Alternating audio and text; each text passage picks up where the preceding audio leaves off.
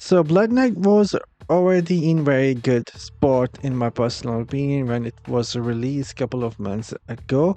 The legendary essences that we had available were doing freaking fantastic in my opinion.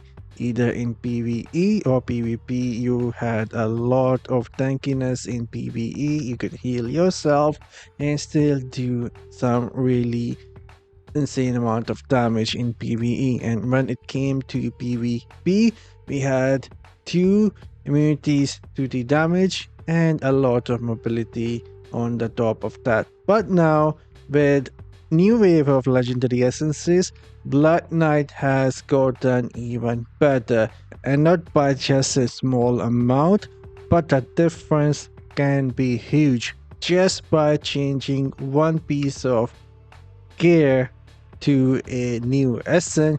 You will see a good increase in your damage. For example, I was using this piece of legendary shoulder before. Thrown a bass now engulf you in a cloud of bass, continually damaging to nearby enemy. If I were to just change this to a new one, Torture and Torment. Sworn of Bass now cause a small Sworn of Bass to sucker you when you use the primary attack. A bass swoop down and bite enemies. Sworn of Bass damage is increased by 18%. So if we were to just switch to this from Sworn Speaker to Torture and Torment, that alone is going to increase our damage by a couple of percentage. And if we were in a fight like a raid boss or the gauntlet fight, the difference is going to be even larger, because with the new essence we can have more consistent damage every time we use the primary attack, and you should able to see them both on side by side. But I do believe we can increase the damage a bit more, and I will talk about this build I am currently using as well. But anyhow, I do believe we can change this piece of equipment here, the main hand legendary piece. Currently this is for the siphon. When siphon blood damages the same enemy 3 times, it causes them to hemorrhage and deal 5000 damage. That damage is increased by 90%. This looks good, but I truly believe if we change this to something like the new essence that just came out for the main hand, Shadow Edge damage is increased by 38%, and this is in a theory might give us even more single target damage just by changing to a new piece of legendary essence the Blood Knight got. But that is not it. I do believe we can increase it a bit more. So if we were to go back, now this is going to be a hard choice and would need some testing. Skewer is going to be really good, but we might able to change this piece of legendary essence here.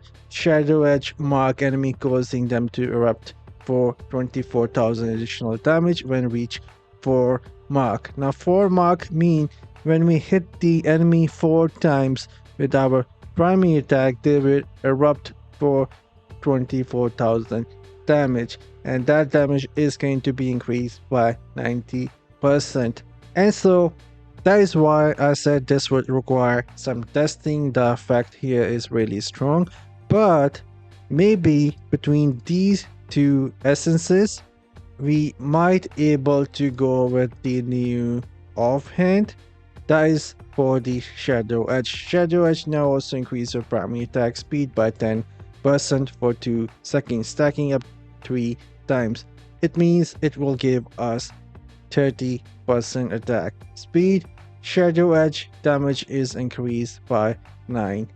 So Shadow Edge is also giving us more damage with that 30% attack speed. But that is not it. There is another benefit of having this new essence, and that is going to be we can keep the V2's urges up at 100% with just having that primary attack speed offhand. Every time we will use the primary attack, it will trigger the Vitus Arges, and so we will have flat 30% attack speed boost from Vitus. On the top of that, we will have another 30% attack speed just from having this Essen. That is total of 60% attack speed, but we can increase that even more if you have the attack speed bonuses here on your gear pieces. You can go up to 13-14% attack speed here. Every single piece of equipment you can gain some more attack speed, and so you can easily hit the 70% primary attack speed with your Blood Knight. That is going to increase the single target damage even more. Now this can also be used in PvP. You can be a large warrior or a mid-range player. We can still go with the Sang unit and somewhat primary build with high attack speed, dashing here and there, hitting enemies really fast, but that would require some testing. But Blood Knight, like I said at the very beginning of the video, it has gotten even stronger now and might be the strongest melee class out of all others in PvE and PvP as well.